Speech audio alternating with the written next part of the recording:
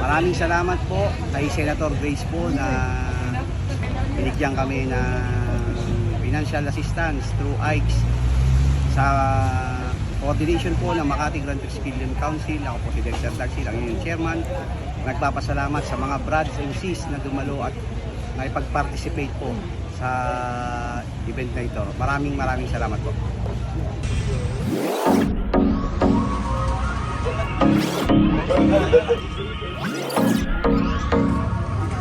Good morning mga ka-KT Vlog, no? Yes, mga brad and sis, good morning.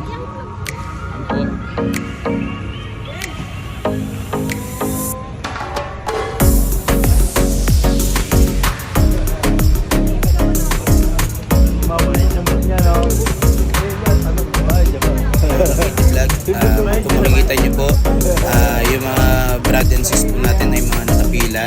So ayan po, mga nagpipila pa lang po yung iba. So yan po yung mga na-qualified po para po sa DSWD Financial Assistance.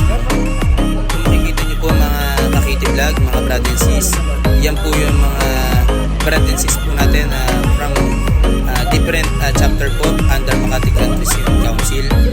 So ayan po, more or less 150 po na brad and sis po ang nabigyan po ng financial assistance. Dito naman po mga ka-KT Vlog ang payout. So after nyo po pipila naman po kayo dito para sa payout. So para makuha nyo po ang financial assistance nyo.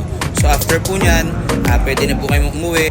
Salamat po and thanks for watching KT Vlog.